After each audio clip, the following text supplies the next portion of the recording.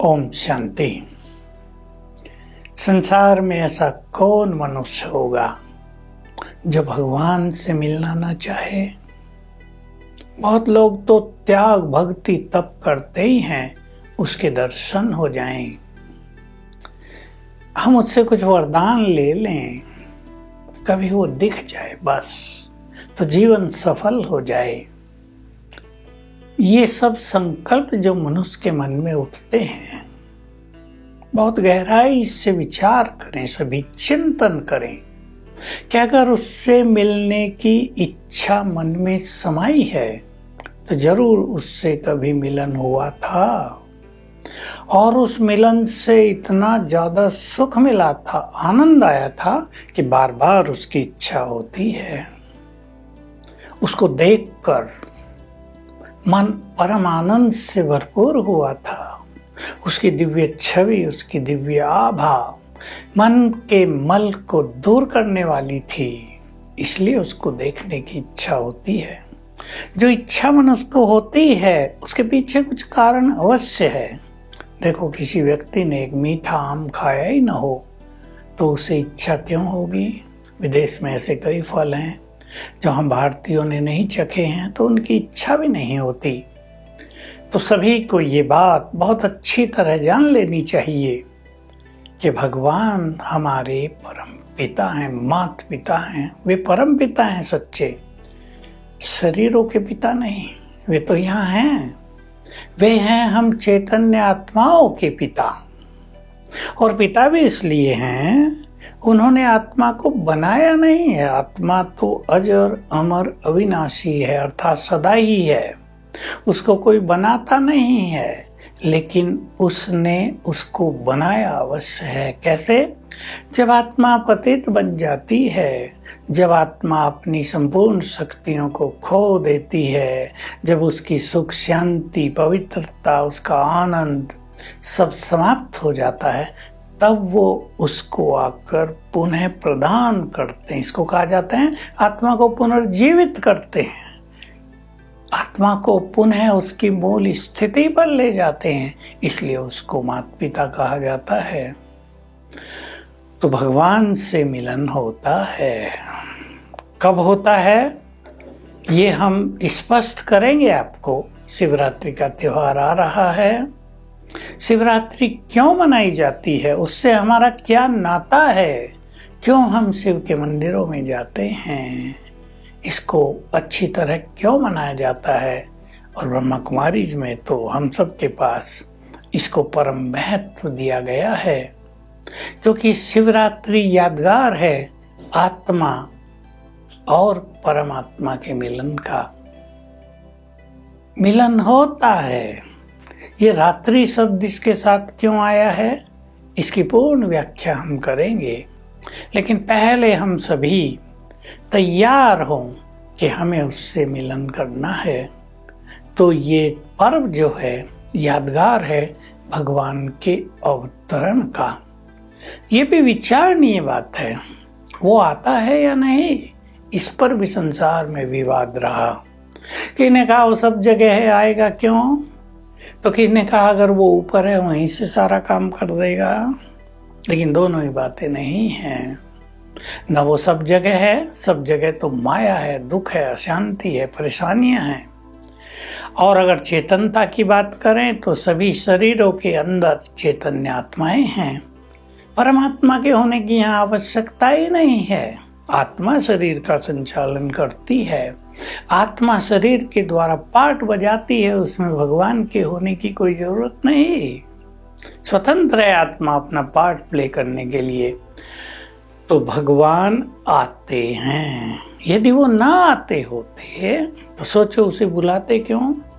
भारत में तो प्रसिद्ध है, जब जब धर्म की ग्लानि होती है तब तब वो आते हैं। गीता में भी है, यदा यदा ही धर्मस्य ग्लानिर्भवति भारत। और तुलसीदास ने तो रामचरितमानस लिखने से पहले ही ये मन बना लिया था कि हमें ये बताना है सबको, क्योंकि मुस्लिम आधिपत्य बढ़ता जाता था। तो हमें हिंदुओं को बताना है कि तुम्हारे भगवान आते हैं यहाँ। इसलिए उसने भी चौपाई लिख दी, जब जब होए धर्म की हानि, बाढ़े असुर अधम अभिमानी, तब प्रभु धरे पुण्य विविध शरीरा, हरे ताप सज्जन की पीड़ा। सज्जनों की पीड़ा, उनके ताप सब हर लेते हैं। और उन्हें भी कहा, तो ये मान्यता है और ये सत्य है। भारत में तो उसके अवतरण को स्वीकार किया ही गया है, भले ही वो भिन्न भिन्न रूप से दिखाया गया हो, कहीं 24 अवतार, कहीं 10 अवतार, वो एक अलग विषय है कि उनके आध्यात्मिक अर्थ हैं। पर भगवान जब आते हैं, पहले सभी को सत्य ज्ञान देते हैं, सभी की पीड़ा हरने का मार्ग बताते हैं, सभी को परम सुख प्रदान करते हैं, सभी के पाप नष्ट कैसे हों इसकी विद्या देते हैं। तो उसी की यादगार में ये शिवरात्रि का पर्व मनाया जाता है। देखिए, भारत में अनेक पर्व हैं और अगर आप उनके आध्यात्मिक रहस्यों की ओर नजर डालेंगे तो आपको पता चलेगा सभी पर्व परमात्मा के कर्तव्यों की, उसके आगमन की, उसकी दिव्यता की, उसने आके जो कुछ किया उसकी यादगार में मनाए जाते हैं।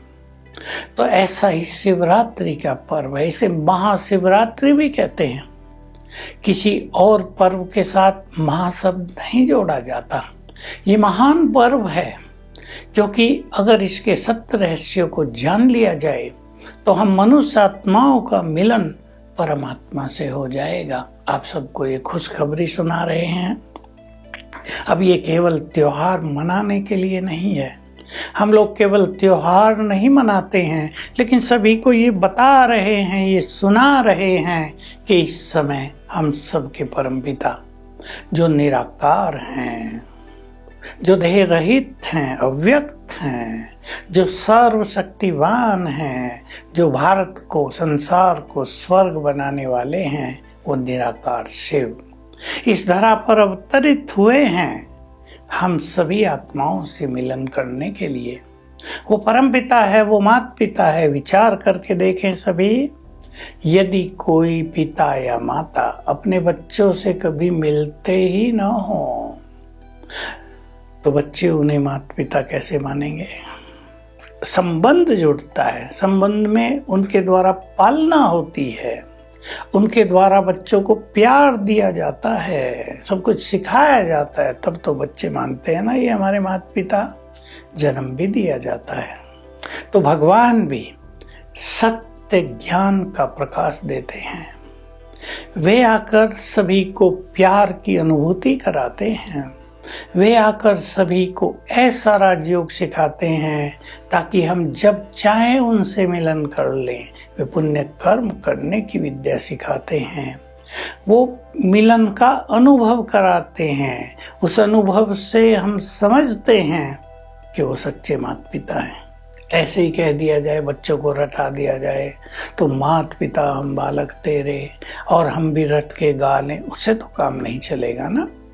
माता पिता की हमें पालना का अनुभव होना चाहिए, माता पिता के प्यार का हमें अनुभव होना चाहिए। तो मैं सभी प्रभु प्रेमियों से, सनातन धर्म के अनुयायियों से, जो भगवान में बहुत प्यार रखते हैं, उनसे ये निवेदन कर रहा हूँ कि आइए आप भगवान से मिलन की अपनी अभिलाषा को पूर्ण कीजिए।